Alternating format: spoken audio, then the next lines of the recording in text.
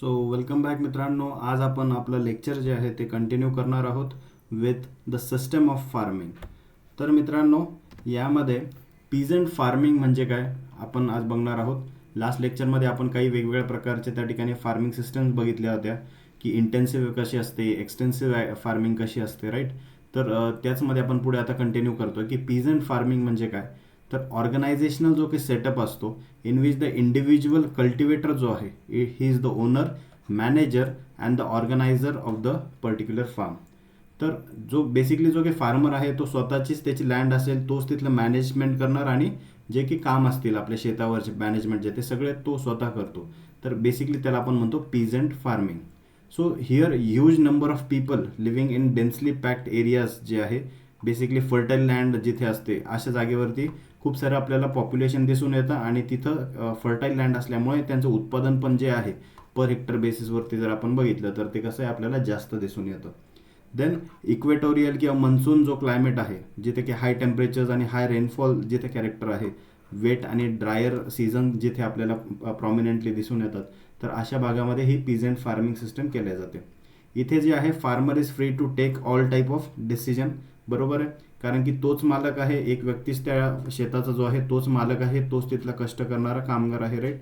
त्याच्यामुळे he can take all types of decision, त्याच्यावर कुठले रिस्ट्रिक्शन नाही आहे. पण त्याचे जे काही रिसोर्सेस आहेत ते कसे असतात, दॅट आर लिमिटेड. कारण की त्याच्याकडे जे काही आता सगळंच स्वतः करायचं आहे, ओनरही तोच आहे, मॅनेजरही तोच आहे, ऑर्गनायझरही तोच आहे, त्याच्यामुळे त्याला कुठल्याही बॅकिंग जी आहे इकॉनॉमिकल कुठल्याही मोठ्या एंटिटीची त्याला बॅकिंग नसते.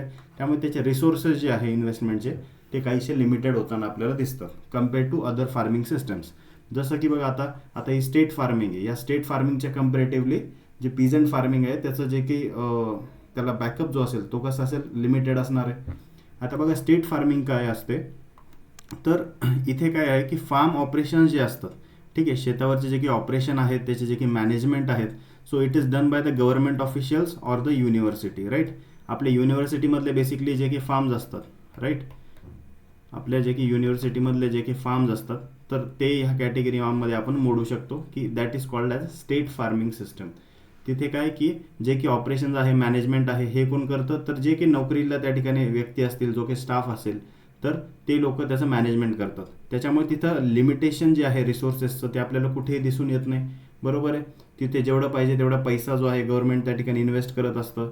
त्याला जे की वॉटर लागेल, ज्याला पेस्टिसाईड लागेल, फर्टिलायझर्स लागेल, जे काही रिसोर्सेस लागतात, मनुष्यबळ लागेल, लेबर लागेल, तर तेवढं सगळं जे आहे ते बऱ्यापैकी अवेलेबल होताना आपल्याला दिसून येतं. मेकॅनायझेशन जे असेल फार्म ॲक्टिव्हिटीजचं ते मोठ्या प्रमाणावर इथे असतं, राईट. ट्रॅक्टर्स आहेत, मोठे मोठे हार्वेस्टर्स आहेत, लँड एरिया मोठा असतो, इन्व्हेस्टमेंट मोठी असते, त्यामुळे मेकॅनायझेशन जे आहे ते करणं तिथे पॉसिबल होताना आपल्याला दिसतं. देन सुपरविजन जे आहे त्यासाठी कोण असतं, फार्म मॅनेजर एक स्पेशल असतो. इट इज लेबर जे आहे तिथलं ते कसं केलं जातं, it is hired on daily or monthly basis. आणि स्टेट फार्मिंग जी आहे it is not profitability, right. कारण की स्टेट फार्मिंगमध्ये प्रत्येक गोष्ट प्रॉफिटेबिलिटीसाठी केल्या जात नाही, राईट. किंवा तिथला जो की प्रॉफिट असेल तो कधी कधी कमी पण असू शकतो, कारण की एवढ्या सगळ्या ज्या की मॅनेजमेंटच्या गोष्टी आहेत तर त्या करण्यासाठी जो की खर्च आहे ऑफकोर्स तो जास्त निघतो. Then the third one we have that is the capitalistic farming. Capitalistic म्हणजे काय की जिथे मोठ्या प्रमाणावरती आपल्याला इस्टेट्स त्या ठिकाणी दिसून येतात, राईट, जी की ओनरशिप आहे आणि मॅनेजमेंट आहे. तर it is under rich persons like capitalist, जे की बिझनेसमॅन असतात, त्यांच्या मोठ्या मोठ्या त्या ठिकाणी इस्टेट्स असतात, राईट. उदाहरण द्यायचं झालं तर आसाममध्ये जे की चहाचे मळे जे दिसून येतात, ओके, टी फार्म्स जे त्या ठिकाणी आहेत, तर हे मोठ्या मोठ्या त्या ठिकाणी इंडस्ट्रियलिस्टचे दिसून येतात. टाटाचे तिथे मोठे मोठे त्या ठिकाणी टी फार्म्स आहेत, किंवा अजून अडाणीचे मेवे आता असू शकतात, राईट. तर मोठे मोठे जेवढे आहेत कॅपिटलिस्ट हे काय करतात, एक मोठा मोठा जो पॅच असतो लँडचा ते त्या ठिकाणी ओन करतात आणि त्याच्यावर काम करण्यासाठी मॅनेजमेंट त्या ठिकाणी लावल्या जाते, किंवा ग्रुप ऑफ इंडिव्हिज्युअल जे असतील, काही शेअर होल्डर्स असतील, ते पण त्याच्यामध्ये इंटरेस्टेड असतात. देन इथे बघितलं गेलं तर फार्म साईज पण कशी आहे, लाईक द स्टेट फार्मिंग सारखीच जी फार्म साईज आहे ती कशी असते, मोठी असते. देन मॅनेजमेंट जी आहे ही तर कशी आहे, ही इफिशियंट असते, ठीक आहे. तर स्टेटची जी की फार्मिंग आहे तर स्टेट फार्मिंगच्या कम्पॅरेटिव्हली इथलं जे की मॅनेजमेंट आहे हे कसं असतं, व्हेरी इफिशियंट असतं, राईट. देन रिसोर्सेस जे असतात हे these are not limited, new technology are easily adopted here. आणि मेकॅनायझेशन जे आहे ऑफ फार्म ॲक्टिव्हिटीज हे मोस्टली कॉमन आपल्याला दिसून येतं USA मध्ये, कॅनडामध्ये, किंवा काही hilly area of the India, हिली म्हणजे कोणता, तर तोच आसामचा जो एरिया मी तुम्हाला सांगतोय की जिथे मोठे मोठे टी फार्म्स आहेत, कॉफी फार्म्स आहेत, तर तिथे याचं मोस्टली प्रॅक्टिस केल्या जाते. Then we have the collective farming. Collective म्हणजे काय, एकत्रितपणे येऊन जी शेती केल्या जाते, that is the collective farming. इथे जी की फार्मची ओनरशिप आहे आणि मॅनेजमेंट आहे हे बेसिकली एक सोसायटी त्या ठिकाणी नेमलेली असते. ती सोसायटी जी आहे ती बघत असते. इथे जे असतात all the family head members they have surrendered their land, livestock and machine to the society. म्हणजे काय की बघा, एक पहिले गाव होतं, राईट. खूप सारे छोटे छोटे छोटे छोटे काय शेतं होते, राईट, त्या गावामध्ये. मग त्यांना काय व्हायला लागलं की परवडत नव्हतं. त्या लोकांनी काय केलं, मग त्यांनी ठरवलं की आपण काय करूया, आपल्या एवढ्या छोटे छोटे शेतं झालेत तर मॅनेजमेंट जे आहे, प्रॉफिट जो आहे तो आपला कमी होतोय. मग त्या लोकांनी काय केलं, त्यांनी ठरवलं की आपल्या गावामधनं सपोज याचा एक जण हेड असेल त्या सोसायटीमध्ये, त्याच्या सोसायटीचे काही अजून मेंबर्स असतील, राईट. आणि हे सगळे ही जी सोसायटी आहे याच्या नावावरती ती जे लँड आहे, लाईफस्टॉक आहे किंवा जे की मशिनरी वगैरे असेल ते पूर्ण एवढ्या लँडची, पूर्ण गावाची एक प्रकारे केल्या जाते, ठीक आहे.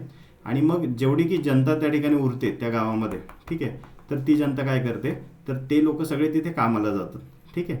आणि मग ही सोसायटी बेसिकली जे की मोठे मोठे निर्णय असतील मॅनेजमेंटचे, रिसोर्सेसचे, ते सगळेजण तो निर्णय घेत असतात, राईट. आता हे बघा, मॅनेजमेंट जी कमिटी आहे it is elected by the members.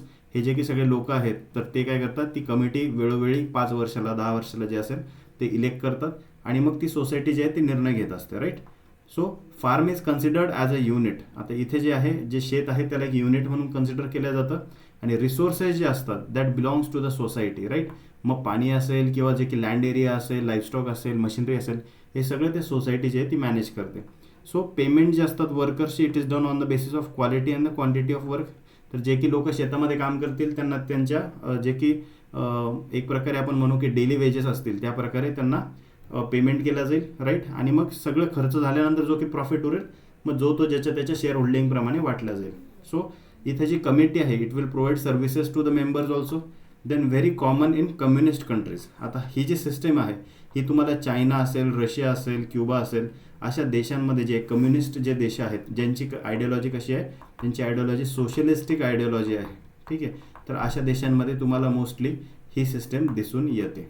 Okay, that is called as collective farming. Then आपल्याकडे पुढची सिस्टम आहे त्याला म्हणतात cooperative farming system. Cooperative farming सिस्टममध्ये बघा काय आहे की it is near by similar like this system only, like the collective farming सारखीच आहे.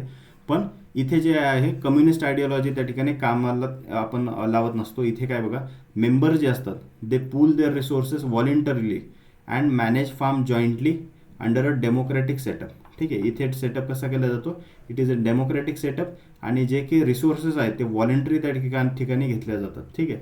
तर आता ह्या अगोदरच्या सिस्टममध्ये आपण बघितलं की पूर्ण गावाच्या सगळ्या मेंबर्सला काय केलं होतं, सगळ्यांची जमीन त्या ठिकाणी एकत्रित करण्यात आली होती. पण मे बी एका गावामध्ये असं असू शकतं की एखाद्या व्यक्तीला इथे एक झाला, हा दुसरा झाला, ठीक आहे. काही लोकांना जर का नसेल याच्यामध्ये इच्छा, त्यांची जर इच्छा असेल की मला माझं एकट्याचंच करायचं, तर त्या लोकांना कलेक्टिव्ह फार्मिंगमध्ये तरी पण त्यांना ॲड करण्यात येतं, त्यांना चॉईस दिल्या जात नाही. पण कॉपरेटिव्ह फार्मिंगमध्ये जे आहे त्यांना चॉईस आहे की त्यांची इच्छा असेल तर ते येऊ शकतात कॉपरेटिव्ह फार्मिंगमध्ये, नसेल इच्छा तर ते त्यांच्या पद्धतीने वेगळी जी आहे ती शेती करू शकतात. सो कॉपरेटिव्ह फार्मिंगमध्ये ती चॉईस त्या ठिकाणी दिल्या जाते. That's why it is said as voluntarily त्या ठिकाणी मेंबर्सला अलाउड आहे to join the cooperative farming. आणि मग इथे काय केलं जातं, जे की पुल्ड लँड जे आहे that is treated as a one unit here. Effective utilization जे आहे या पुल्ड रिसोर्सेसचं केलं जातं. Farmer can retain the right on his own land, बरोबर आहे. इथे जो आहे तर फार्मरला त्याचा जो राईट आहे त्याच्या शेतावरती तो असतो. हा एक सगळ्यात मोठा डिफरन्स जो आहे या कॉपरेटिव्ह आणि कलेक्टिव्ह फार्मिंगमध्ये दिसून येतो. बघा कसं, कलेक्टिव्ह फार्मिंगमध्ये जे आहे ना, इथे जी शेती आहे ती कोणाच्याही नावावर नसते. ही शेती डायरेक्ट पूर्णपणे ह्या सोसायटीच्या नावावरती आहे, ठीक आहे. हे जे की लोक असतात नंतर यांच्या नावावर कोणाकडेही शेती राहत नाही. हां, तुम्हाला काय जेवायला लागतं, तुम्हाला जे की डेली वेजेस तुम्ही काम करणारे ते लागतील, थोडाफार जो प्रॉफिट असेल तो तुम्हाला मिळेल, हेल्थकेअरच्या सुविधा मिळतील, पण तुमच्या नावावर कुठलीही जमीन नसेल, ठीक आहे. त्यामुळे तुम्ही कोणती जमीन विकू पण नाही शकत त्या ठिकाणी. पण कॉपरेटिव्ह सिस्टममध्ये कसं आहे की इथे तुम्ही एकत्रित तर येत आहे, पण शेवटी तुमच्या शेताचं जर की ओन अधिकार आहे, जे की त्याची ओनरशिप जी आहे ती तुमची स्वतःची राहते, इंडिव्हिज्युअल ओनरशिप राहते. पण त्याचं जे की आपण कमर्शियल जे ट्रेड ॲक्टिव्हिटीज करतो त्या फक्त आपण एकत्रितपणे करत असतो इन कोऑपरेटिव्ह फार्मिंग. आता इथे बघा, the part of the profit जो आहे हा काय केला जातो, it is divided in proportion of the land contributors and the rest is distributed in proportion to the labour contributed by each of the farmer. म्हणजे बघा, आता एक सपोज एका गावाची आपण लँड पकडूया, ठीक आहे. आता ह्या गावामध्ये काय होतं, एका व्यक्तीकडे 10 एकर शेती होती, एकाकडे 5 एकर होती, एकाकडे 2 एकर, एकाकडे 1 एकर, एकाकडे 15 एकर, एकाकडे पुन्हा 10 एकर, एकाकडे त्या ठिकाणी अर्धा एकर जमीन होती आणि एकाकडे पुन्हा 1 एकर. आता सपोज असं कमी जास्त प्रमाणावर शेती आपल्याला दिसून येते गावामध्ये, बरोबर आहे. पण या सगळ्यांनी जर का ठरवलं आपल्याला एकत्रितरित्या काय करायचं, कोऑपरेटिव्ह फार्मिंग स्थापित करायची, तर हे यांची प्रत्येकाची जेवढी लँड होल्डिंग आहे ही ज्याच्या त्याच्या नावावरती ज्याचे त्याचे शेतं राहणारच आहेत. पण हे सगळेजण काय करतील, एकत्रितपणे काय करतील, कष्ट करतील, जे की त्यांचे त्यांचे वेजेस असतील, ठीक आहे, जे की त्यांची मजुरी असेल प्रत्येकाची, ती त्यांना ज्याच्या त्याच्या अधिकारानुसार मिळून जाईल. पण ज्यावेळेस प्रॉफिट त्या ठिकाणी त्या ऑर्गनायझेशनचा येईल, ठीक आहे. आता एवढ्या पूर्ण शेतांवरती ज्यावेळेस भाजीपाला असेल किंवा कुठलाही क्रॉप असेल किंवा लाईफस्टॉक असेल ते रिअरिंग केलं जाईल आणि त्याच्यातनं जेव्हा काही प्रॉफिट येईल, ठीक आहे, प्रॉफिट समजा जर का आला 100 रुपये, जर का त्याचा प्रॉफिट आला, ठीक आहे, तर आता किती जण आहे, 1 2 3 4 5 6 7 8 जण आहेत. तर 8 जणांमध्ये जे आहे हे 100 रुपये इक्वली डिवाइड होत नसतात. ही गोष्ट लक्षात ठेवा. हे 100 रुपये आहेत ना, तर आता बघा, हे ज्याच्याकडे जेवढी लँड होल्डिंग आहे ते लँड होल्डिंगच्या रेशोमध्ये त्या ठिकाणी पैसे वाटल्या जाणार. म्हणजे ज्याची अर्धा एकर शेत होतं त्याला पैसे सगळ्यात कमी मिळणार, ज्याची 15 एकर शेती त्याला जास्त मिळणार, त्यानंतर 10 एकरवाल्याला 15पेक्षा कमी थोडीशी मिळणार, त्यापेक्षा कमी जे आहे 5 एकरवाल्याला मिळणार. तर तुमची लँड होल्डिंग किती आहे त्या प्रकारे तुमचा जो की प्रॉफिटचा डिव्हिडंड जो आहे, जो की रेशो आहे, तो त्या ठिकाणी वाटल्या जातो, ठीक आहे. पण तेच जर तुम्ही याच्या अगोदरची स्टेट फार्मिंग बघितली त्याच्यामध्ये कसं होतं, त्याच्यामध्ये तसं नव्हतं. त्याच्यामध्ये जर का 100 रुपये आले आणि तुम्ही जर का 8 जण असाल तर 100 डिवायडेड बाय 8 जेवढे येतील तेवढे त्या ठिकाणी पैसे वाटल्या जातील. तिथे अमीर गरीब त्या ठिकाणी असं बघितलं जात नाही. तिथे तुमचं लँड होल्डिंग किती आहे ते बघितलं जात नाही. तिथे जो रेशो आहे, okay, in this collective farming, तो कसा असतो, तो इक्वली पर पर्सन बेसिसवरती वाटला जातो. पण कॉपरेटिव्ह फार्मिंगमध्ये कसं आहे, मोठा शेतकरी, त्याची जास्त जागा, त्याच्यामुळे त्याचा प्रॉफिट जास्त असणार, असं एकंदरीत या कॉपरेटिव्ह फार्मिंगमध्ये दिसून येतं. त्याच्यामुळे कॉपरेटिव्ह फार्मिंगमध्ये जे आहे, जो अमीर आहे तो अजून अमीर होत जातो, ठीक आहे, तो रिच गेट्स रिचर, आणि जो काही पुअर असेल, ओके, तो पुअर जो असेल तो गरीबच राहणार, त्याला काही विशेष त्याच्यामधनं फायदा होत नाही, ओके. पण जे काही स्टेट फार्मिंग आहे त्याच्यामध्ये कसं होतं की इक्वल सगळे असतात, त्याच्यामुळे तिथे गरीबाला पण त्या ठिकाणी संधी मिळते, बरोबर आहे. तिथे कसं होईल, स्टेट फार्मिंगमध्ये इक्वली डिवाइड झाल्यामुळे अर्धा एकर जरी शेतकरी असला त्याने पण इक्वली कष्ट केलेले असतात फिजिकली कम्पेअर्ड टू दिस 10 आणि 15 एकर्स ऑफ दिस फार्मर, त्याच्यामुळे त्याला पण जो आहे वाटा इक्वली भेटतो in that state farming, right. तर असे जे आहे बेसिक जे आहे 2 फरक आहे in the state farming, in this collective farming and cooperative farming, ठीक आहे. देन आता बघा इथे दिलं यांनी classification of the cooperative farming society. आता या कोऑपरेटिव्ह जे फार्मिंग सोसायटी आहे याच्यामध्ये पण जे आहे बेसिकली बरेच जे आहे सब टाईप्स त्या ठिकाणी आपल्याला दिसून येतात. त्यामध्ये बघा ऑल इंडिया कोऑपरेटिव्ह प्लॅनिंग जी कमिटी आहे ऑफ 1951, त्यांनी बेसिकली ही त्या ठिकाणी 4 ग्रुप्समध्ये सिस्टम जी आहे ती क्लासिफाय केलेली आहे, ठीक आहे. तो कोऑपरेटिव्ह फार्मिंग सोसायटीमध्ये बघा हे एक्झामला येतं, ठीक आहे. त्यामुळे इम्पॉर्टंट आहे तुमच्यासाठी की टाईप ऑफ ओनरशिप कोणत्या प्रकारात कशी असते, त्यानंतर ऑपरेशनशिप कोण करतं, त्यामुळे आता व्यवस्थित समजून घ्या. तर पहिलं बघा, आता याच्यामधला पहिला जो टाईप आहे that is the cooperative better farming, ठीक आहे. काय आहे, कोऑपरेटिव्ह बेटर फार्मिंग. इथे जी ओनरशिप आहे ना ती इंडिव्हिज्युअलची असते, ठीक आहे. जी की लँड असेल, ठीक आहे, जी की जमीन असेल तिची ओनरशिप कोणाची असते, इंडिव्हिज्युअलची असते, ठीक आहे. प्रत्येकाचं, माझं शेत जे आहे, ठीक आहे, 2 एकर असेल त्याची ओनरशिप माझी असेल, त्याचा 7/12 माझ्या नावावर असेल, कोणाची 5 एकर असेल त्याचे 5 एकरचं शेत त्याच्या नावावर असेल, ठीक आहे. पण शेतकरी एकत्रित येतो पण त्याची लँड होल्डिंग त्याच्या नावावरतीच असते पर्सनली, बरोबर आहे. पण जे की ऑपरेशनशिप आहे ते पण इथे कसं आहे, ते पण इंडिव्हिज्युअल आहे, की त्या ठिकाणी जो शेतकरी ज्याचा प्रॉफिट आहे, ठीक आहे, तर त्याचा प्रॉफिट पण कसा आहे की तो त्याच्याच नावावर त्याची जमीन असेल आणि तो त्याचं जे काम आहे ऑपरेशनशिप जे आहे तो पण त्याच्या शेतावरती तोच काम करेल.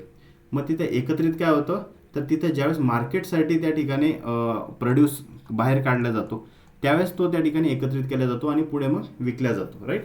That is cooperative better farming. दुसरा एक प्रकार आहे याच्यामध्ये, that is the cooperative joint farming. Okay, आता हे जॉईंट फार्मिंगमध्ये काय जॉईंट झालं आहे एक गोष्ट समजून घ्या. ठीक आहे, अगेन इथे पण बघा, जी ओनरशिप आहे, माझी जमीन माझ्या नावावर, तुझी जमीन तुझ्या नावावर. ठीक आहे, दॅट इज इंडिव्हिज्युअल ओनरशिप आहे. पण जे ऑपरेशन आहे तर ऑपरेशनशिप इथे कलेक्टिव्ह केले जाते. म्हणजे की शेतं आपापल्या नावावरती असतील ज्याचे त्याचे, पण जे काम करायचं असेल तर आपण सगळ्या मित्रांनी काय करायचं, आपल्या सगळ्या गावकऱ्यांनी सोबत यायचं आणि सोबत काम करायचं. हे असं या सिस्टीममध्ये सांगितलं आहे. सो कलेक्टिव्हपणे जे आहे याचं ऑपरेशनशिप जे काही काम असेल ते एकत्रितपणे आपण करत असतो. That is cooperative joint farming. ठीक आहे, तर जॉईंट फार्मिंगमध्ये काय कलेक्टिव्ह आहे, दॅट इज ऑपरेशनशिप, म्हणजे शेतावरची कामं त्या ठिकाणी आपण एकत्रितरित्या करतो, पण जमीन ज्याची त्याच्या नावावरती असते. ठीक आहे, मग तिसरा प्रकार आहे कोऑपरेटिव्ह टेनंट फार्मिंग. ठीक आहे, टेनंट फार्मिंगमध्ये बघा काय आहे की इथं आहे ना त्या ठिकाणी शेती जी आहे ती आपल्या एकाच्या नावावर नसते. ओके, आता इथे बघा, इथे काय आहे, टाईप ऑफ ओनरशिप आहे कलेक्टिव्ह. कशी आहे, कलेक्टिव्ह. म्हणजे जे की जमीन असेल ती आपल्या एका सोसायटीच्या नावावर असेल किंवा आपलं जे की समजा शेतकरी गट असेल, ओके, XYZ त्या शेतकरी गटाचं नाव असेल जे काही, तर त्या गटाच्या नावावरती ती शेती की करून देत असतो आपण. कोणाची आपल्या इंडिव्हिज्युअल नावावरती ती शेती नसते. पण ऑपरेशनशिप जी आहे म्हणजे जे की काम करायचं ते इंडिव्हिज्युअली करायचं असतं. ठीक आहे, म्हणजे मला जे काही शेत वाटून दिलेलं असेल, ठीक आहे, काम करण्यासाठी जी की जबाबदारी दिली असेल ती मी पार पाडणार, तुम्हाला जी दिलेली असेल ते काम तुम्ही पार पाडायचं. तर इथे कसं आहे, ऑपरेशनशिप जी आहे ती इंडिव्हिज्युअल आहे. ठीक आहे. Then fourth type we have, that is the cooperative collective farming. आता कलेक्टिव्हमध्ये काय आहे बघा, की इथे नावात बघा, इथे नावात कलेक्टिव्ह आहे त्याच्यामुळे याचं ओनरशिप पण कलेक्टिव्ह आहे आणि याचं जे काही काम करण्याची पद्धत आहे ती पण दोन्ही कसे आहे, both are the collective. Ownership पण कोणाच्या नावावर नाही, सगळ्यांनी सोबतच काम करायचं आणि ओनरशिप पण सगळ्यांचीच आहे. ठीक आहे, तर असं एकंदरीत हे 4 प्रकार आपल्याला त्याच्यामध्ये कोऑपरेटिव्ह फार्मिंग सोसायटी जी आहे त्यामध्ये दिसून येतात. तर बेसिकली आपण जर इंडियामध्ये जर बघितलं, ठीक आहे, तर आपल्याकडे सध्या कोऑपरेटिव्ह बेटर फार्मिंग जी आहे, कोऑपरेटिव्ह बेटर फार्मिंग ही जास्त करून त्या ठिकाणी आपल्याकडे अडॉप्ट करताना दिसून येतात. ठीक आहे, compared to this cooperative joint farming जी आहे, ओके, ती असेल किंवा कोऑपरेटिव्ह टेनंट फार्मिंग आहे, कोऑपरेटिव्ह कलेक्टिव्ह फार्मिंग आहे, हे आपल्याकडे जास्त दिसून येत नाहीत. ठीक आहे, कारण की याच्यासाठी जे आहे सोशलिस्ट आयडिओलॉजी लागते, ती सध्या आपल्याकडे इंडियामध्ये नाही. आपल्याकडे सध्या जी आहे कॅपिटलिस्ट आयडिओलॉजीकडे आपण जास्त आता वळलेलो आहे. आफ्टर 1980s 1990s नंतर इंडिया जो आहे बऱ्यापैकी आता सोशलिस्टच्या जागेवरती कॅपिटलिस्ट जी आयडिओलॉजी आहे त्याच्याकडे आपण वळलेलो. Then introduction to HEIA. आता हे HEIA काय आहे हे आपण बघूया. ठीक आहे, सो HEIA काय आहे, हाय एक्सटर्नल इनपुट ॲग्रिकल्चर. काय आहे, high external input agriculture. It is a farming system that depends heavily on external inputs like fertilizers, pesticides, hybrid seeds, machinery to boost out the productivity.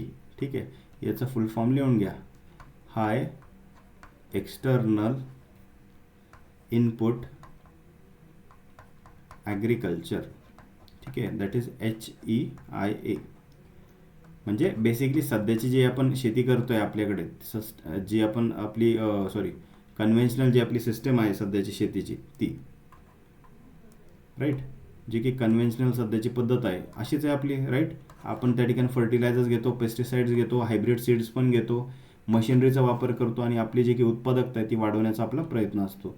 तर आपण basically इंडियामध्ये जी आहे HEIA ही जी आहे farming system mostly irrigated लँड्सवरती तरी follow करतो. यामध्ये बघा याची सुरुवात कुठून झाली तर ग्रीन रेव्होल्युशन जे आहे तिथून बेसिकली याचं ओरिजिन आपल्याला दिसून येतं.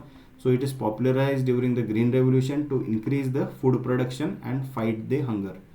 याचे ऑब्जेक्टिव्स काय होते, to maximize the crop yields and profitability through intensive input use.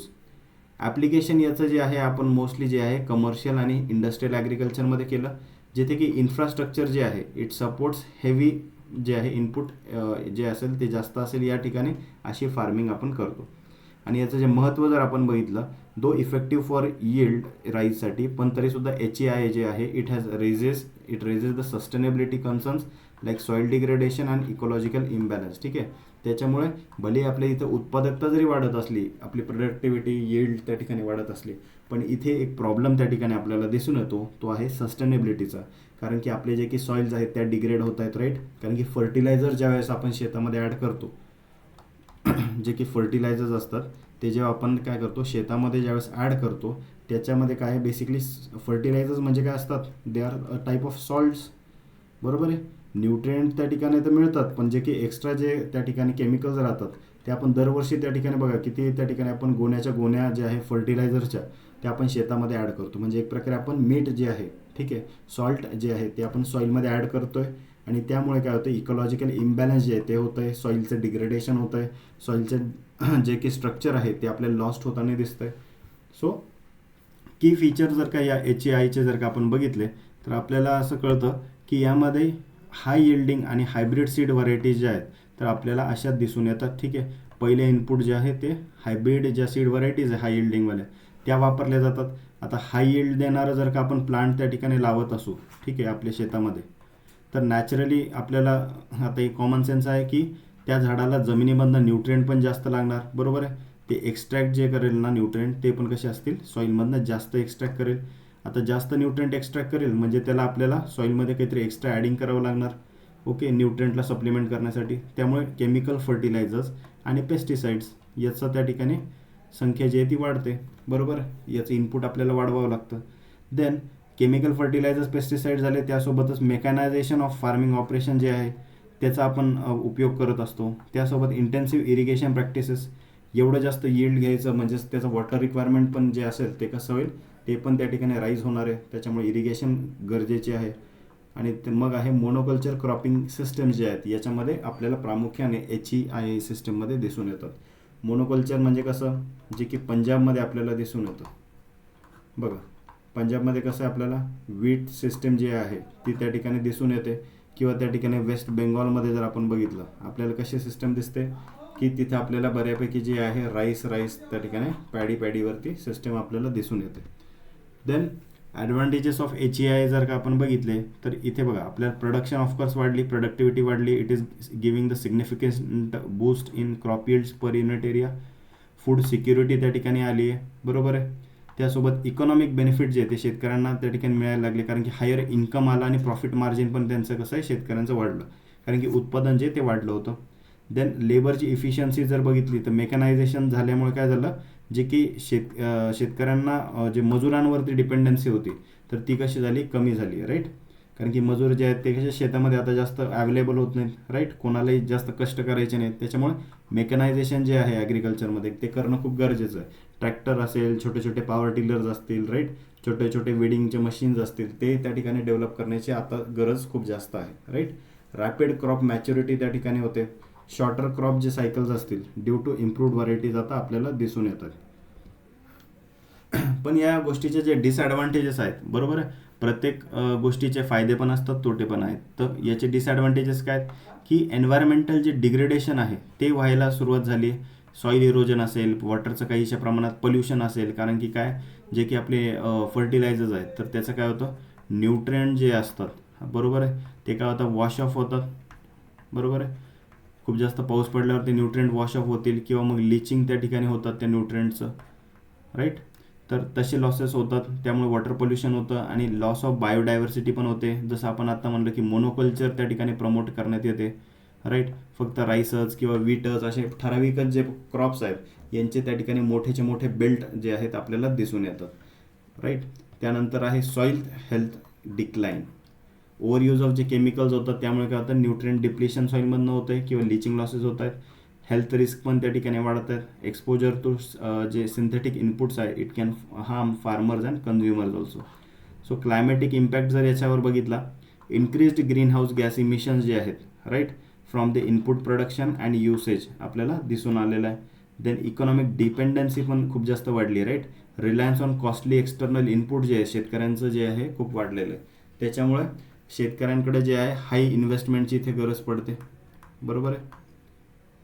कारण की बघा त्याला काय काय त्याला शेतकऱ्याला जर आपण जर लिस्ट डाऊन करायचं म्हणलं तर बघा एक सीझन चालू होतो तर त्यावेळेस सगळ्यात पहिले शेतकऱ्याला काय करावं लागतं, ट्रॅक्टर, बरोबर आहे, त्याला सगळ्यात पहिले ट्रॅक्टरने काय करावं लागतं, प्लोईंग असेल, हॅरोईंग असेल, त्यानंतर रोटावेटर मारणं असेल, बरोबर आहे, त्यानंतर पुन्हा बेड प्रिपरेशन असेल. तर अशा 3-4 ऑपरेशनसाठी जे आहेत त्याला ट्रॅक्टर त्या ठिकाणी भाड्याने मागवावं लागतं, राईट. तिथे पैसा लागला, ठीक आहे, ते झालं.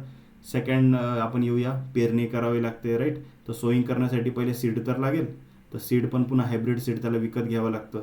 ते सीड घेतलं, ते लावलं, त्याच्यानंतर कधी पाऊस पडला नाही पडला, महागडं सीड लावलेलं आहे, हायब्रिड सीड आहे, त्याला पाण्याची रिक्वायरमेंट ऑफकोर्स जास्त असणार आहे. त्यामुळे मग इरिगेशन फॅसिलिटीजची त्याला गरज पडली, त्याला आपण काय केलं, मग ड्रिप टाकलं, राईट. किंवा मग ड्रिप नसेल तर कारण की मी मोटर तर लागेल, बरोबर आहे, फ्लडिंग इरिगेशन द्यायची म्हणली तरी पण. तो इरिगेशन झालं. मग ते काय झालं, क्रॉप त्या ठिकाणी काहीसं मोठं झालं, त्याच्यावरती मग आला पेस्ट अटॅक. मग पेस्टला कंट्रोल करण्यासाठी पुन्हा लागलं पेस्टिसाईड, ओके. त्यासोबत कधी कधी डिझिजेस आले, त्याला लागले फंजीसाईड, बॅक्टेरिसाईड, बरोबर आहे. आणि हे सगळं करत असताना ऑफकोर्स हे सगळं काय ऑपअप होणार आहे का, तर नाही, लेबरची त्या ठिकाणी रिक्वायरमेंट राहील, बरोबर आहे. आणि हे सगळं करत असताना पेस्ट सांभाळत असताना, फंजीसाईड फवारत असताना असं कळालं की खूप जास्त वीड पण वाढलं. मग ते पुन्हा आलं, विडीसाईडचा खर्च एक आला. एक तर विडीसाईडने वीडला किल करा, किंवा मग पुन्हा लेबर खूप जास्त लागणार, बरोबर आहे. त्यामुळे तिथं पण खर्च आला, एक तर विडीसाईड असेल किंवा लेबर असेल. पुन्हा मग पुढे चालून जे असेल थोडंफार काय इंटरकल्चरल ऑपरेशनसाठी, पुन्हा इंटरकल्चरल ऑपरेशन जे असतील त्यासाठी आपल्याला खर्च आला, राईट. मग जे की ब्लेड हॅरो वगैरे मारणं असेल, शेतामध्ये माती लावणं असेल पिकाला, त्यासाठी खर्च आला. आणि मग ॲट लास्ट जे की असेल ते हार्वेस्टिंगच्या वेळेला पण अगेन आपण काय करतो, जे की थ्रेशर मशीन असतात त्याचा आपण वापर करतो, किंवा मग तिथे लेबर पण काहीशा प्रमाणात लागतं. तर आता बघा, एवढ्या सगळ्या गोष्टींमध्ये इनपुट्स बघा कुठे कुठे लागलेत, राईट. तर असा खूप सारा जो काही खर्च आहे तो आता याच्यामध्ये होताना दिसतो. आणि त्याच्यामुळे हे सगळ्या ज्या काही गोष्टी आहे याच्यामुळे इकॉनॉमिक डिपेंडन्सी जी आहे, प्रत्येक गोष्टीला पैसा लागत असतो, राईट. त्याच्यामुळे शेतकऱ्यांना जे आहे, जर का पैसा हाताशी नसेल तर शेती करणं खूप जास्त अवघड होऊन जातं. So Reliance on costly external inputs आता आपल्याला दिसून येत आहेत in this HEIA, that is hi external input agriculture. तर याच्यामध्ये बघा 3 एकंदरीत आपल्याला गोष्टी ज्या आहेत ह्या इथे कम्पॅरेटिव्ह त्या ठिकाणी ठेवलेल्या आहे. आता हाय एक्सटर्नल इनपुट ॲग्रिकल्चर आहे, देन आहे LEIA, that is low external input agriculture, ठीक आहे. इथे इनपुट जे आहे ते कसं आहे, लो त्या ठिकाणी यूज केलं जातं. आणि ही कशी आहे, ही जी लायसा आहे, ओके, LEISA, याचा फुल फॉर्म आहे लो एक्सटर्नल इनपुट, पण कशी, सस्टेनेबल ॲग्रिकल्चर. एस म्हणजे सस्टेनेबल ॲग्रिकल्चर, बरोबर आहे. तर अशा 3 एकंदरीत सिस्टीमचं आपण जर कंपॅरिझन बघितलं तर बघा, लो एक्सटर्नल इनपुट जर का आपण वापरलं, आपण म्हणलं मग खर्च कमी करायचा, मग आपण खूप कमी जर का त्या ठिकाणी फर्टिलायझर्स असतील, क्वालिटी जर आपण सीड नाही घेतलं तर ऑफकोर्स आपलं प्रोडक्टिव्हिटी कमी होणार आहे. सो लो एक्सटर्नल इनपुट त्या ठिकाणी यूज करणं हा पण काय आहे, त्याच्यामधला सोल्युशन नाही आहे बघायला गेलं तर त्यासाठी मग आपल्याला या दोघांमधनं HEI असेल आणि LEI मधला जर का सिस्टम, या दोघांच्या मधली जर मिड पॉईंट जर गाठायचा असला तो आहे लायझा, ओके. दॅट इज जिथे की कमी एक्सटर्नल इनपुट वापरल्या जातं, पण ते सस्टेनेबल ॲग्रिकल्चर आहे, राईट. जेवढी गरज आहे तेवढे तरी त्या ठिकाणी इनपुट जे आहेत ते आपण यूज करतोच. सो आता इथे बघा, इनपुट डिपेंडन्सी जर आपण बघितली तर हाय एक्सटर्नल इनपुटमध्ये कसं आहे, खूप जास्त त्या ठिकाणी एक्सटर्नल इनपुट्स लागणार आहेत, right. Chemical fertilizers, pesticides, hybrid seeds. पण लो एक्सटर्नल इनपुटवाली जी ॲग्रिकल्चर आहे तिथे बघा खूप कमी त्या ठिकाणी एक्सटर्नल इनपुट लागतात, पण इथे काय, नॅचरल रिसोर्सेसवरती डिपेंडन्स खूप जास्त वाढतो. पण मग ठीक आहे, आपण बाहेरून जर काही इनपुट्स नाही घेतले तर नॅचरल रिसोर्सेसवर डिपेंड जास्त राहावं लागतं, राईट. मॅन्युअर जे आहे, त्यानंतर ग्रीन मॅन्युअरिंगसाठी समजा जर जंगलामधनं आपण जर का पानं वगैरे तोडून आणले फॉर ग्रीन मॅन्युअरिंग, तर त्याच्यामुळे काय होतं, नॅचरल रिसोर्सेस पण तिथे डिग्रेड होऊ शकतात. त्यामुळे मग तिसरी सिस्टम जी आहे that is LEISA, low external input sustainable agriculture. ही कशी आहे, it is near by similar like LEI only, पण इथे एम्फॅसिस जे आहे ऑन द लॉंग टर्म सस्टेनेबिलिटीकडे दिला जातो, ठीक आहे. प्रोडक्टिव्हिटी जर आपण बघितली तर HEIमध्ये हाय यील्ड्स असतात, इस्पेशली इन शॉर्ट टर्ममध्ये आपल्याला हाय यील्ड्स दिसतात. लॉंग टर्ममध्ये बघितलं तर HEI पण जे आहे ती आपल्याला परवडणारी नाही, राईट. कारण की यील्ड जे आहे ती स्टेबिलिटी होताना दिसून येते, त्यानंतर खर्च खूप वाढतोय. लो एक्सटर्नल इनपुटमध्ये बघितलं तर मॉडरेट यील्ड्स आहे, पण it can be less than HEI. आणि जे सस्टेनेबलवाली ॲग्रिकल्चर आहे इथं बॅलन्स्ड यील्ड दिसून येतं with consistent long term output, ठीक आहे. जे आपली सध्याची रिक्वायरमेंट आहे की आपल्याला लॉंग टर्मसाठी इनपुट जे आहे ते कसं पाहिजे, बॅलन्स्ड पाहिजे, राईट. त्यानंतर एन्व्हायरमेंटल इम्पॅक्ट जर बघितला तर HAIमुळे काय होतं की pollution, soil degradation, biodiversity loss होते. तेच काहीच आपण जर वापर नाही केला, असं जर ॲग्रिकल्चर यूज केली तर तिथं एन्व्हायरमेंटल डॅमेज कमी आहे, पण त्या ठिकाणी न्यूट्रिएंट डेफिशियन्सी जास्त दिसून येऊ शकतात शेतामध्ये. त्यामुळे मॅनेजमेंट जे आहे तिथं व्यवस्थित क्रॉपचे होणार नाही आणि यील्ड जे आहे ते आपल्याला लॉस होताना दिसेल. पण तेच सस्टेनेबल जर आपण ॲग्रिकल्चर बघितली तर तिथे इकॉलॉजिकल बॅलन्स पण त्या ठिकाणी टिकून येतो आणि सॉईल हेल्थ प्रिझर्वेशन पण होतं आहे आणि जी काही रिक्वायरमेंट असेल न्यूट्रिएंटची ती पण फुलफिल केल्या जाते, राईट. देन स्ट्रॅटेजीज जर आपण बघितले फॉर अचिव्हिंग हाय एक्सटर्नल जे इनपुट ॲग्रिकल्चरमध्ये बघितले तर इथे सॉईल टेस्टिंगचा जो आहे तो रेग्युलर वापर केला जातो. त्याच्यानुसार न्यूट्रिएंट मॅनेजमेंट जे आहे, रिक्वायरमेंट जे आहे ते कॅल्क्युलेट करून दिलं जातं. देन इंटिग्रेटेड पेस्ट मॅनेजमेंट इथे यूज केलं जाऊ शकतं. दॅट बायोलॉजिकल, कल्चरल, केमिकल मेथड्सचा वापर केला जातो. Then we have the efficient water use तिथे करण्याचा प्रयत्न असतो, राईट. ड्रिप असेल, स्प्रिंकलर इरिगेशन असेल त्याचा वापर केला जातो. मेकनायझेशन केलं जातं युजिंग द फार्म मशिनरी आणि ट्रेनिंग प्रोग्राम जे आहे. So educating farmers on the best practices आणि इनोव्हेशन्स इथे करणं खूप जास्त गरजेचं आहे, कारण इथे इनपुट कसा आहे जो काही आहे तो खूप जास्त वापरला जातो. आता HAI जर आपण भारताच्या कंटेक्स्टमध्ये जर आपण बघायचं गेलं तर आपल्याला माहिती आहे की खूप जास्त इनपुट्स आपण वापरायला कधी चालू केलं होतं तर right from the green revolution 1964च्या नंतर, राईट. 1965-66च्या आसपास जे आहे ग्रीन रेव्होल्युशनची जी आहे हळूहळू जी आहे सुरुवात इंडियामध्ये झाली आणि तिथून जे आहे हाय एक्सटर्नल इनपुटची ॲग्रिकल्चरची आपल्या देशामध्ये सुरुवात होताना दिसून आली. देन रिजनल जर का आपण याच्यामध्ये फोकस बघितला तर पंजाब, हरियाणा आणि वेस्टर्न UP पासून जे आहे याचं ग्रीन रेव्होल्युशनची सुरुवात करण्यात आली होती. आणि करंट ट्रेंड जर आपण बघितला तर त्याचं शिफ्ट जे आहे पूर्ण देशभर तर ते आता सस्टेनेबल प्रॅक्टिसेसकडे आपण शिफ्ट होताना आता दिसून येतं आहे, कारण की एन्व्हायरमेंटल कन्सर्न जे आहेत, राईट, ते आता आपल्याला वाढताना दिसून येत आहेत. त्यामुळे आता आपण जे आहे की खूप जास्त खतं वापरण्यापेक्षा जेवढं गरज आहे तेवढीच यूज करतोय. त्याच्यानंतर आपण त्याच्यामध्ये सॉईल टेस्टिंगचा वापर करतोय, राईट, की जेवढी गरज आहे तेवढंच आपण आता जे फर्टिलायझर आहे ते टाकायचं. इनपुट कुठे कमी करू शकतो ते आपला प्रयत्न आहे. त्यानंतर इंटिग्रेटेड फार्मिंग सिस्टीमचा आपण यूज करण्याकडे आता भर देतो, right. Integrated farming system, right.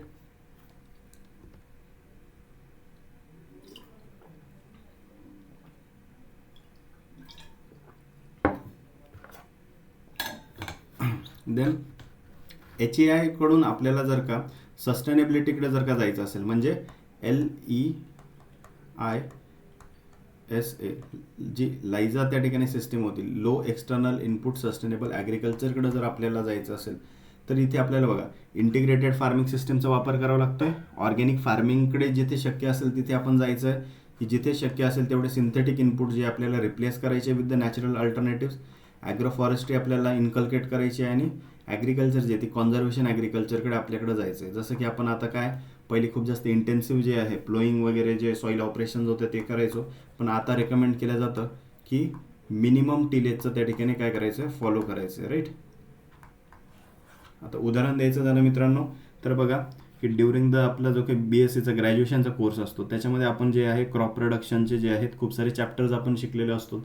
तर थोडंसं तुम्ही जर आठवलं तर तुम्हाला असं कळेल की त्यामध्ये आपण जे की एखादा क्रॉप ज्यावेळेस स्टडी करायचो, सपोज वीट असेल किंवा बाजरा असेल किंवा अजून XYZ कुठल्याही क्रॉप जेव्हा आपण स्टडी करतो त्यावेळेस तिथे काय आहे लँड प्रिपेरेशनचा एक पॉईंट येतो, राईट. आणि आपल्या बुक्समध्ये आपण तुम्ही काय वाचतात की 2 to 3 क्रॉस वाईज प्लोईंग्स, ठीक आहे, 2 to 3 प्लोईंग्स करण्याची गरज असते. त्याच्यानंतर 1 to 2 हॅरोईंग्स आणि त्याच्यानंतर सीडबेड प्रिपेरेशन असे एकंदरीत इतके ऑपरेशन्स दाखवले जातात. पण मला खरं मध्ये सांगा आजचा जो फार्मर आहे आपला, ओके, तुम्ही जर आपली घरची शेती जर बघितली तर हा आजचा आपला जो फार्मर आहे तो खरंच घरी त्या ठिकाणी या सगळ्या प्रॅक्टिसेस करतो का?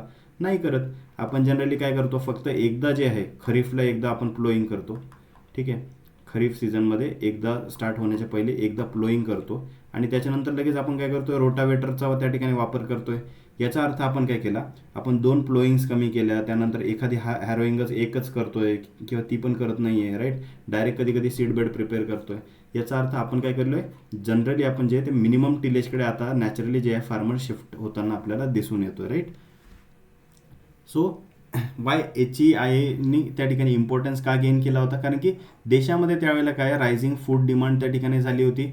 ग्रीन रेव्होल्युशनच्या टेक्नॉलॉजी नवीन नवीन आल्या होत्या, राईट. सो फर्टिलायझर्स, त्यानंतर हाय यील्डिंग व्हरायटीज असतील, इरिगेशन सिस्टम्स होते. तर त्यावेळेस त्या काळानुसार जी आहे त्या गरज भागवण्यासाठी त्या सिस्टमकडे आपण वळालो होतो. त्यानंतर गव्हर्नमेंटचा सपोर्ट त्यावेळेस त्या गोष्टीसाठी खूप जास्त देण्यात आला होता. पॉलिसीज, सबसिडीज देण्यात आल्या होत्या शेतकऱ्यांना, की तुम्ही जास्त खतं असतील, जास्त चांगल्या क्वालिटीचे सीड्स असतील ते यूज करा, कारण की तिथे आपल्या फूड सिक्युरिटी खूप जास्त धोक्यात होती. जर तुम्हाला माहिती असेल लाल बहादूर शास्त्री, ओके, लाल बहादूर शास्त्री, तर he was our Indian PM, right, in the year 1964. ठीक आहे, 1964-65च्या काळामध्ये जे आहे, एकदा नेहरूंचं त्या ठिकाणी निधन झाल्यानंतर आपले सेकंड जे प्राईम मिनिस्टर होते दॅट वॉज द लाल बहादूर शास्त्री, ज्यांनी जे आहे या ग्रीन रेव्होल्युशनची नीव त्या ठिकाणी ठेवण्यात आली होती ज्यांच्याकडनं. बट त्यांचं जे आहे जसं जो मृत्यू होता तो लवकर झाला, right, during his tenure only in 1966. त्यामुळे नाहीतर हे एक असे पंतप्रधान होते ज्यांनी की देशासाठी एक मेजर कॉन्ट्रीब्युशन जे आहे ते देशाला दिलेलं होतं, right, of the green revolution असेल किंवा व्हाईट रेव्होल्युशन असेल, त्याची जी नीव आहे यांनी ठेवलेली होती. तर ह्या PMच्या काळामध्ये जे आहे त्यावेळेस इतकी भूकमरी होती, इतकं जास्त फूडसाठी हंगर होता आपल्या देशामध्ये, राईट, की त्यावेळेस अक्षरशः या PMनी काय केलं होतं की त्यांचं जे की घर होतं, जे की PM रेसिडेन्स होता, प्राईम मिनिस्टर्स रेसिडेन्स जे दिल्लीमध्ये होतं, राईट, तर त्या PM रेसिडेन्सच्या पुढे जे की घराच्या आजूबाजूला जो की लॉन्स होता, राईट, लावलेला, तर त्यावेळेस त्यांनी तो काय केला, त्यांनी सांगितलं की या लॉन्सवरती तर तुम्ही देण्यासाठी इथे पाणी आहे आपल्याकडे, राईट, मग आपण एक काम करू, आपल्या शेतकऱ्यांकडे पाणी नाही आहे वगैरे अडचण आहे, किंवा जेवढं आता जेवणाची तर गरज आहे, फूड ग्रेनची गरज आहे, देशभरामध्ये लोक मरत आहेत आणि आपण लॉनवरती बसायचं का? तर त्याच्यामुळे एक त्यांची नैतिक जबाबदारी म्हणून त्यांनी काय केलं, तो लॉन जो आहे तो काढून टाकला आणि स्वतः त्यांनी काय केला, 2 बैल त्या ठिकाणी बोलवण्यात आली त्यांच्याकडनं, बुल्स त्या ठिकाणी, आणि बैलाला त्यांनी स्वतः नांगर त्या ठिकाणी झोपला होता आणि तो लॉन्स काढला होता आणि तिथे शेती केली होती. आणि त्या PM रेसिडेन्समध्ये त्यांनी जो आहे तो गहू त्या ठिकाणी पिकवला होता, राईट. तर त्यांनी एक आणि लोकांना एक नारा दिला होता की मी स्वतः एक टाईम जेवणार आणि रात्रीच्या वेळेला मी भूकं त्या ठिकाणी झोपणार, कारण की त्यांचं म्हणणं होतं की देशामध्ये जे आहे इतके लोक जर भूकमरीने मरत आहे तर मी 2 टाईम कसं जेवण करू शकतो, राईट. तर असे एकंदरीत आपले इथिकल लोक एकेकाळी होते की नाही असा प्रश्न आपल्याला पडतो. आजची जर आपण पॉलिटिकल सिस्टम बघितली तर आपण कम्पॅरेटिव्हली असं जर म्हणलं तर त्या काळामध्ये खरंच एवढे महान लोक होते का, आपल्याला प्रश्न पडतो. बट येस, दे एक्झिस्टेड, आणि त्यामुळे आज आपला देश जो आहे तो इतका पुढे आहे की we are at present we are the good exporter of food grains, right. Then market driven जर फार्मिंग आपण जर बघितली तर ह्या HEI या सिस्टममध्ये होती. So shift toward the cash crop and export oriented agriculture it increase the input dependency. तुम्हाला जर का तुम्ही आज जरी दिल्लीमध्ये जर कधी तुम्ही जर फिरायला जर गेले, ओके, तर हा जो रेसिडेन्स आहे तर जो लाल बहादूर शास्त्रींचा तो तुम्ही बघू शकतात. त्या रेसिडेन्समध्ये मी लास्ट इयर त्या ठिकाणी गेलो होतो. तिथे आजही एका काचेच्या डब्यामध्ये जे आहे त्यांनी जे त्या रेसिडेन्सच्या लॉन्स काढून तिथे जो त्यांनी वीट प्रोडक्शन केला होता त्याचं काही सॅम्पल त्या ठिकाणी आज देखील गव्हाचे त्यांनी उभे ठेवलेले आहेत. कारण की ते दॅट वॉज अ लँडमार्क त्या ठिकाणी आपले इंडियन हिस्ट्रीमध्ये त्याला नोट म्हणून केलेलं आहे की एक PMने जे आहे देशाच्या लोकांची गरज भागवण्यासाठी स्वतःचा लॉन्स जो आहे PM रेसिडेन्सचा तो काढून त्या ठिकाणी गहू त्यांनी लावला होता, राईट. आणि ते ज्या ह्या टेन्युअरमध्ये होते 1964-65, त्याच्यानंतर त्यांचं निधन झालं आणि त्यानंतर इंदिरा गांधी जे आहेत त्या PM झाल्यात, राईट, इंदिरा गांधी. आणि त्यानंतर यांनी त्यांची पॉलिसी पुढे घेतली आणि त्यावेळेस मग आपला ग्रीन रेव्होल्युशन जो आहे तो मोठ्या प्रमाणावरती त्या ठिकाणी लॉन्च झाला इन द इयर 1966, राईट. 66-67च्या याच्यामध्ये पंजाब हरियाणा फार्मर्सकडं ते ग्रेन्स त्या ठिकाणी देण्यात आले जे की खूप जास्त हाय यील्डिंग होते. आणि तिथून पुढं जो आहे आपल्याला हिस्टॉरिक जो चेंज आहे इन द प्रोडक्टिव्हिटी, राईट, तर ती दिसून आली आणि देशामध्ये जे आहे मोठ्या प्रमाणावरती लोकांना मग ग्रेन्स जे आहेत ते प्रोडक्शन करता आलं, राईट. आणि हंगर जी आहे ती आपली भागवल्या गेली. तर सक्सेस स्टोरीज जर आपण बघितल्या तर countries like India, Mexico and China saw dramatic increase in yield especially wheat and rice, right. Wheat आणि राईस हे जे 2 क्रॉप्स होते याच्यामध्ये आपण सर्वात प्रथम जे आहे हे काय होते, these were the basic cereal crops, right. हे कसे होते, सिरियल क्रॉप्स होते. त्याच्यामुळे याच्यामध्ये सर्वात प्रथम जे आहे तर ते प्रोडक्शन वाढवण्याचं काम करण्यात आलं. सो आता आपण बघणार आहोत काही फॉर्म्युलाज, ठीक आहे. फॉर्म्युलाज म्हटल्यावरती आत्ताच लेक्चर बंद करून गायब होऊन जाऊ नका, ठीक आहे. तर व्यवस्थित त्या ठिकाणी बघा, कारण एक्झाम पॉईंट ऑफ व्ह्यूने तुमच्यासाठी महत्त्वाचे अगदी सोपे आणि छोटे फॉर्म्युलाज आहेत, ठीक आहे. आपल्याला एवढंच करायचं आहे, ॲग्रिकल्चरमध्ये खूप काही अवघड नाही, प्लस मायनस, ठीक आहे, मल्टिप्लाय आणि डिवाइड या 4 गोष्टी तुम्हाला येतात. चला ट्रायल घेऊन बघूया. ठीक आहे. 5 + 5 किती होतात सांगा बरं. 5 + 5 किती होतात. 15 होतात काय. नाही ना. 5 + 5 दॅट इज 10. बरोबर आहे. 10 होतात. त्याच्यानंतर 15 / 3 किती होतात. ते होतात किती होतात. 3 × 1 किती होतात. 3 × 5 = 15. बरोबर आहे. 5 आलं. त्याच्यानंतर 12 - 6 किती होतात. 6. बरोबर आहे. प्लस झालं, मायनस झालं, डिवाइड झालं, मल्टिप्लाय करून बघूया. ठीक आहे. बघूया. 15 × 4 किती होता. 5 × 4 त्या ठिकाणी किती होतात. 15 × 2 = 30, 15 × 3 = 45, 15 × 4 = 60. राईट. तर ते झाले 60. तर अशा एकंदरीत आपल्याला एवढे जर तुम्हाला छोटे छोटे कॅल्क्युलेशन जर जमत असतील, ठीक आहे, सांगायचा उद्देश एवढाच, तर तुम्हाला ॲग्रिकल्चरमधला कुठलाही जो प्रॉब्लेम आहे तो इझिली सॉल्व करता येऊ शकतो. ॲग्रिकल्चरमधलं आपले जे काही प्रॉब्लेम्स असतील, ओके, त्यामुळे प्रॉब्लेम सॉल्विंग म्हटलं की त्या ठिकाणी पळून जाऊ नका. अगदी सोपं आहे. ठीक आहे. तर आपण सर्वात पहिले स्टार्ट करूया विथ फर्स्ट इक्वेशन. वाटलं तर आपण प्रॉब्लेम्स नंतर बघूया.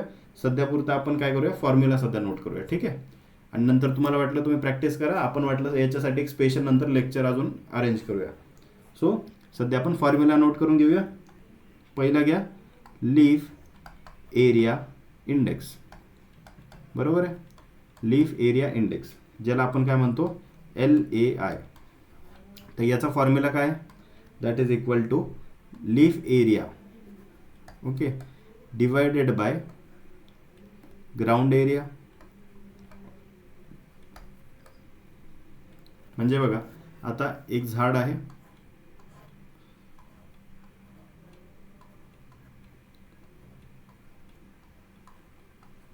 ठीक आहे.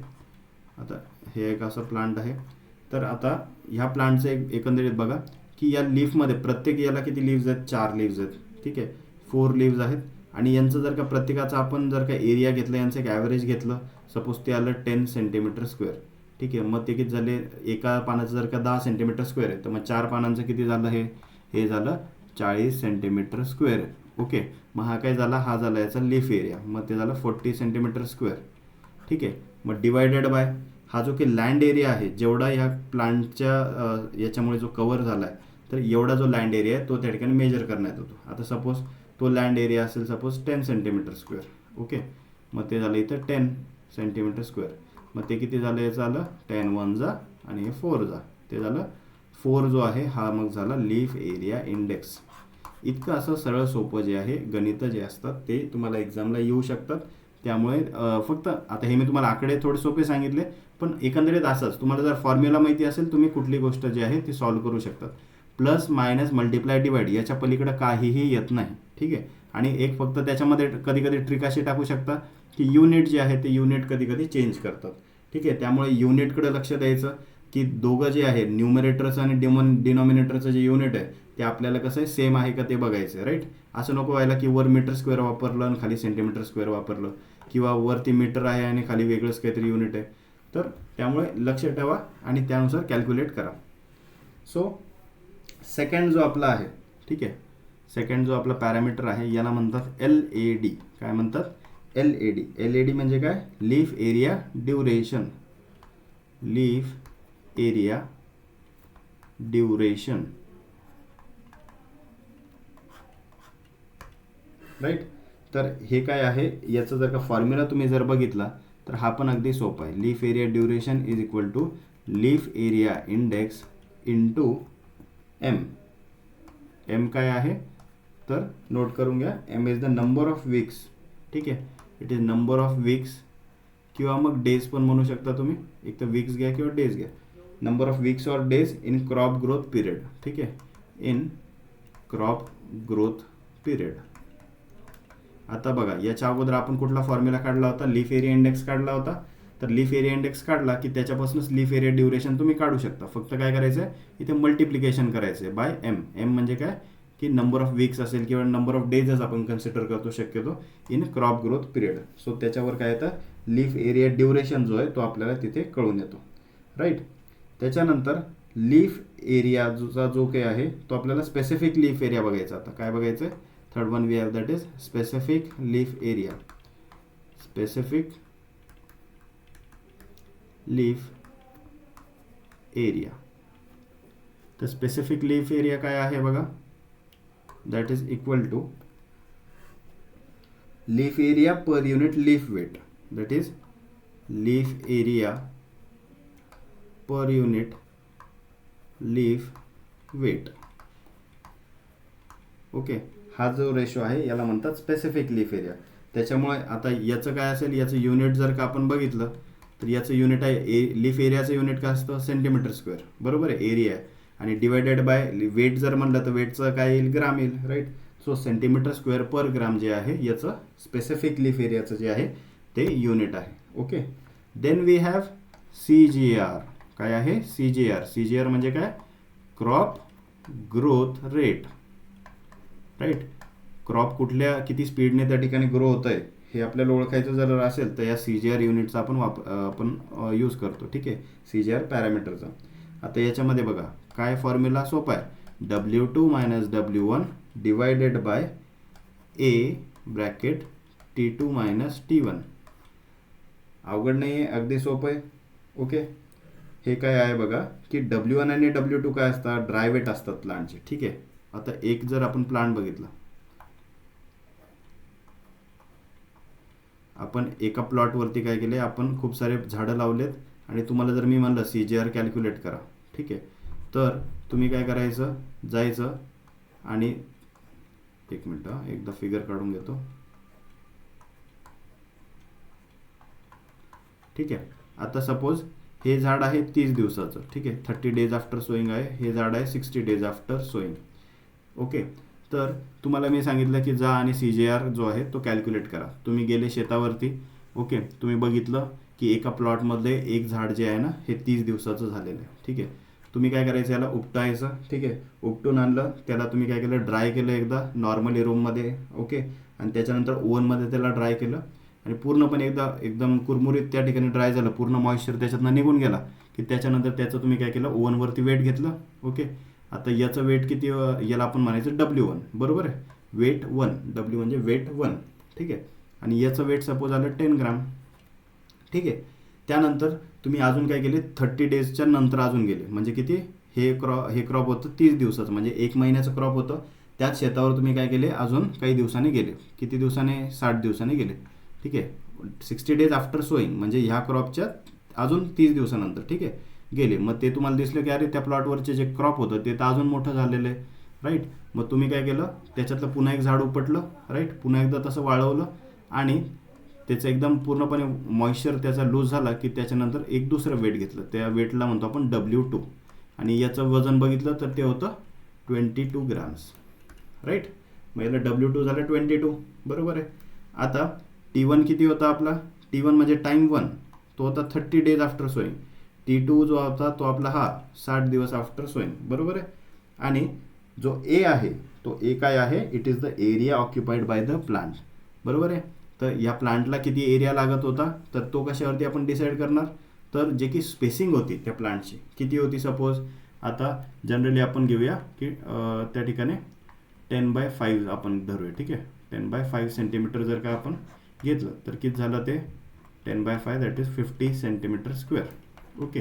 ही झाली याची काय झालं, एरिया झाला. ठीक आहे, ए. आता आपल्याला काय करायचं आहे, सिम्पल वेमध्ये कॅल्क्युलेट करायचं आहे. W2 किती आपला 22 मायनस W1 किती होता आपला 10 डिवायडेड बाय एरिया किती होता 50 सेंटीमीटर स्क्वेअर.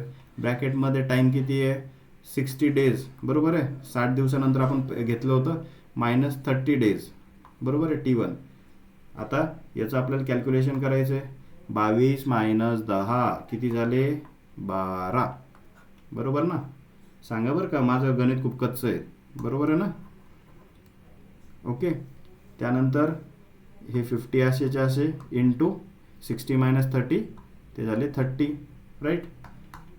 आता हे जे आहे हे पुढचं कॅल्क्युलेशन तुम्ही करून घ्या. किती आता सांगा लवकर. कितना आता है? That is 50 divided by 12 divided by 50 into 30. आता पहिले काय करूया आपण, खालचं डिव्हिजन करून घेऊया. ठीक आहे, मग ते झालं 12 डिवायडेड बाय 50 इंटू 30, ते पडतात 1500. बरोबर आहे, दॅट इज 1500. आणि हे झालं 12 डिवायडेड बाय 1500. किती होतं आहे? कॅल्क्युलेटरवरती आत्ता मी करतो. ते आलं जवळपास 0.008. ओके, तर हा काय झाला? Crop growth rate. काय झाला? Crop growth rate. आता 0.008 फक्त असं असतं का? तर नाही, याचं युनिट पण असेल. बरोबर आहे, युनिट काय असेल? युनिट आहे ग्राम. बरोबर आहे, वरती वेटचं पॅरामीटर आहे त्यामुळे ग्राम असेल, divided by gram per centimetre square per त्या ठिकाणी डे. बरोबर आहे, दिवसामध्ये आपण कॅल्क्युलेट केला ना टाईम, तर दॅट इज डे. हा जो आहे हा CGR युनिट आहे. याचा अर्थ काय की हे जे झाड होतं हे दर एका दिवसाला याचं ग्रोथ रेट किती होता या 30 डेजपासून त्या 60 डेजपर्यंत, तर पर डे जे आहे हे झाड जे आहे 0.008 ग्राम एका दिवसामध्ये त्या ठिकाणी ग्रो व्हायचं पर सेंटीमीटर स्क्वेअर. तर असा या CGRचा त्या ठिकाणी अर्थ आहे. त्यामुळे CGR हा जो युनिट आहे हा खूप जास्त रिसर्चमध्ये यूज पण केला जातो, त्यामुळे लक्षात ठेवा. ठीक आहे, देन अगेन पुढचं आपण जर पॅरामीटर बघितलं तर that is absolute growth rate. काय आहे? Absolute growth rate, AGR. तर ॲब्सोल्यूट ग्रोथ रेट काय असतं? It is the rate of increase in the size of a growing plant or part okay of it in a given time under specified condition. त्यालाच आपण म्हणणार absolute growth rate. आणि याचं जर unit जर का आपण बघितलं ते किती पडतं? That is gram per day. Okay, तर याचा AGRचा आपण फॉर्म्युला बघू. AGR is equal to W2 minus W1 divided by T2 minus T1. Right, again ते मागचं जे उदाहरण जर सांगितलं तसंच आहे. W2 मायनस W1 वेटमधला डिफरन्स डिवायडेड बाय टाईममधला डिफरन्स, ते झालं ॲब्सोल्यूट ग्रोथ रेट. त्यानंतर रिलेटिव्ह ग्रोथ रेट आपण बघूया आता, RGR, that is relative growth rate. Relative growth रेटमध्ये काय आहे तो फॉर्म्युला हा नोट करून घ्या. याचं युनिट सांगून देतो. It is gram per day. याची युनिट एखाद्या वेळेस एक्झामला विचारू शकता. ठीक आहे, जर त्यांना तुम्हाला अवघड प्रश्न विचारायचा आहे राईट, तर ते तुम्हाला युनिट विचारू शकता. याचा फॉर्म्युला आहे log of E of W2 minus log of E of W1 divided by T2 minus T1. असा एकंदरीत जो आहे that is the formula for relative growth rate. It is the increase in dry weight in unit time over a unit original weight of plant. त्यालाच आपण काय म्हणणार? We will call it as RGR, that is relative growth rate. Right, then पुढचा एक आपण बघूया formula, तो आहे रोटेशनल इंटेन्सिटीचा. बघूया rotational intensity. What is rotational intensity? याचा फॉर्म्युला आपण बघणार आहे आता, आणि याचं युनिट आहे पर्सेंटेज. ठीक आहे, त्यामुळे it is number of crops grown in rotation, number of crops grown in rotation divided by duration of rotation. किती टाईमसाठी त्या ठिकाणी तो ड्युरेशन होता, ड्युरेशन ऑफ रोटेशन. सो अशा पद्धतीने, आणि जो काही आहे पर्सेंटेजमध्ये असल्यामुळे याला मल्टिप्लाइड बाय 100 आपण करतो. राईट, तर नोट करून घ्या, that is the rotational intensity. त्यासोबतच बघा हार्वेस्ट इंडेक्स. हा तर खूप जास्त इम्पॉर्टंट आहे. हा तर इतका सगळ्यात बेसिक आहे की याच्यावरती कधी कधी प्रश्न पण विचारावं नाही असं इन्व्हिजिलेटरला वाटू शकतं, पण सोपा प्रश्न आहे म्हणून बऱ्याचदा विचारून घेतात ते. ठीक आहे, हार्वेस्ट इंडेक्स कसं कॅल्क्युलेट करायचं? याचा फॉर्म्युला आहे economic yield. Okay, economic yield divided by biological yield into 100. आता इकॉनॉमिक यील्ड म्हणजे काय आणि बायोलॉजिकल यील्ड म्हणजे काय? ठीक आहे, अगेन एक उदाहरण तुम्हाला देतो. हे आहे मक्याचं झाड. ठीक आहे, याला त्या ठिकाणी हा आला तुरा. ठीक आहे, टॅसल त्या ठिकाणी आला, आणि याची मक्का कुठे आली? ही इथं मक्का आली. ठीक आहे, आता या एका झाडाचं तुम्ही काय केलं? तुम्हाला याचं जर मी हार्वेस्ट इंडेक्स काढायला लावलं तर तुम्हाला हे माहीत पाहिजे इकॉनॉमिक यील्ड म्हणजे काय. आता मला सांगा मक्यामध्ये इकॉनॉमिक यील्ड काय आहे, त्याचे ग्रेन आहेत बरोबर आहे. याचे ग्रेन आपण काय करतो, विकतो राईट. त्याच्यामुळे त्याचे ग्रेन जर तुम्ही कॅल्क्युलेट केले, आता याचं जर का बेसिकली आपण याला पर एकर पर हेक्टर असं मोठ्या एरियावरती पण कॅल्क्युलेट करू शकतो. पण उदाहरण सोपं म्हणून मी तुम्हाला एका झाडाचं सांगतो की आता या झाडाची मक्का जी आहे ठीक आहे, त्याचे ग्रेन आहेत, याचं आपण वेट घेतलं. सपोज हे होते 100 ग्राम ठीक आहे. 100 ग्रामचे त्या ठिकाणी दाणे होते. आणि त्याच्यानंतर बायोलॉजिकल यील्ड. बायोलॉजिकल यील्ड म्हणजे काय की हे पूर्ण झाड, याच्यामध्ये मग पार याचे रूट्स पण आले, याचं स्टेम पण आलं, याचे त्या ठिकाणी लिव्स पण आले राईट. आणि हे ग्रेन्स कॉप्स हे सगळं आलं, सगळं मिळून बायोलॉजिकल यील्ड होतं ठीक आहे. ते कॉप्स पण जे हे आहेत जे दाणे आहेत ते पण याच्यामध्ये गृहीत धरायचे. सगळ्याचं जे काही ड्रायवेट असेल मग ते आपण घ्यायचं आणि ते सपोज आलं 2000 kg. किती आलं 2000 kg इंटू 100 ठीक आहे. तर हे 1 1 2 2 गेले ठीक आहे. That is 1/20 into 100. त्या ठिकाणी काय येईल मग याचा हार्वेस्ट इंडेक्स जो आहे तो निघून येईल राईट. सो किती येतं ते, that is again 100 divided by 20 that is 2 1 जा 2 5 जा हे झालं मग 5% जो आहे तो काय होईल याचा हार्वेस्ट इंडेक्स निघून येईल. तर अशा पद्धतीने जे छोटे छोटे सिंपल जे असतात ते फॉर्म्युलेस तुम्हाला माहिती पाहिजे. एक अजून बघूया, that is multiple cropping index. काय आहे, MCI पर्सेंटेजमध्ये आहे हे युनिट. याचं पुन्हा मल्टिपल क्रॉपिंग इंडेक्स. हे सगळे फॉर्म्युला नोट करून ठेवा, याच्यावर प्रॉब्लेम येऊ शकतात एक्झामला. प्रॉब्लेम नाही आले तर डायरेक्ट फॉर्म्युले विचारू शकतात ठीक आहे एक्झामला, त्यामुळे लक्षात ठेवा. So total number of crops note करून घ्या सगळेजण. Total number of crops plus respective area divided by net cultivable area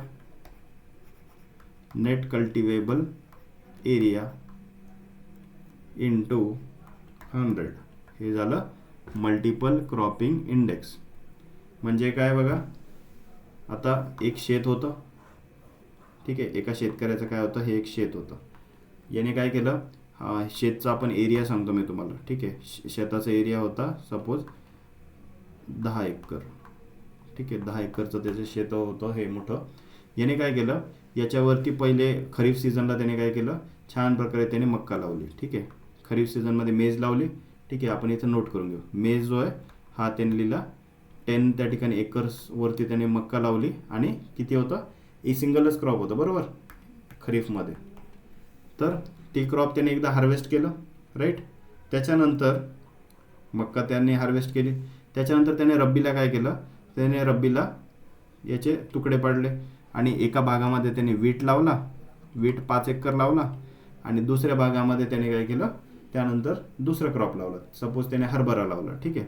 chickpea जो होता, चिकपी त्याने लावला 5 एकर ओके. तर आपण इथे लिहूया वीट किती लावलं होतं त्याने, 5 एकर लावला होता रब्बीमध्ये. आणि चिकपी लावला किती, 5 एकरच लावला पुन्हा आणि रब्बी सीझनमध्ये बरोबर आहे. तर आता बघा, हा जो टोटल त्याचं जे शेत होतं बरोबर आहे, आणि त्याच्यानंतर त्याने सपोज समरमध्ये फॅलो सोडून दिला ठीक आहे. तर हे टोटल एरिया किती होता, 10 एकर ओके. तर त्याचं शेत किती होतं, 10 एकरचं होतं. तर ते 10 एकर झालं नेट कल्टिवेबल एरिया. त्याच्यामध्ये ते झालं 10 खाली हे इंटू 100 इकडे ठीक आहे. आता टोटल नंबर ऑफ क्रॉप्स, त्याने किती क्रॉप्स लावले, मेज एक लावला, वीट एक लावला, चिकपी एक लावला, 3 क्रॉप झाले त्याचे. इथं आला 3 प्लस त्याचा जर काय एरिया जर का आपण प्रत्येकाचा बघितला तर तो आपल्याला त्या ठिकाणी माहीत पाहिजे. तर एरिया किती होता याचा मेजचा होता 10 बरोबर आहे. त्याच्यानंतर वीटचा होता 5 आणि याचा होता 5 ठीक आहे. तर आपण काय करणार आहे, इथं रिस्पेक्टिव्ह प्रत्येकाचा जो एरिया आहे तर त्यानुसार त्याला आपण काय करतो, त्याला ॲड ऑन करतो ठीक आहे. 10 जो आहे त्याचा 5 जो आहे आणि याचा अगेन 5 जो आहे. आणि त्यानंतर पुढे जो आहे हा मल्टिपल क्रॉपिंग इंडेक्स तो आपण तिथे कॅल्क्युलेट करतो. एक्झामला तुम्हाला शक्यतो एवढे मोठे येत नाही, पण तुम्हाला माहीत पाहिजे जनरली ठीक आहे. तर मल्टिपल क्रॉपिंग इंडेक्सचं जनरली तुम्ही फॉर्म्युला जरी लक्षात ठेवला so that will be more than sufficient ठीक आहे. त्यानंतर एक आहे क्रॉपिंग इंडेक्स. काय आहे, क्रॉपिंग इंडेक्स. अगेन पर्सेंटेजमध्येच येतं आणि याचं काय, number of crops grown per annum ठीक आहे, एका वर्षामध्ये किती क्रॉप्स त्याने ग्रो केले divided by given land area, त्याला किती लँड एरिया लागला तो, ठीक आहे, इंटू 100.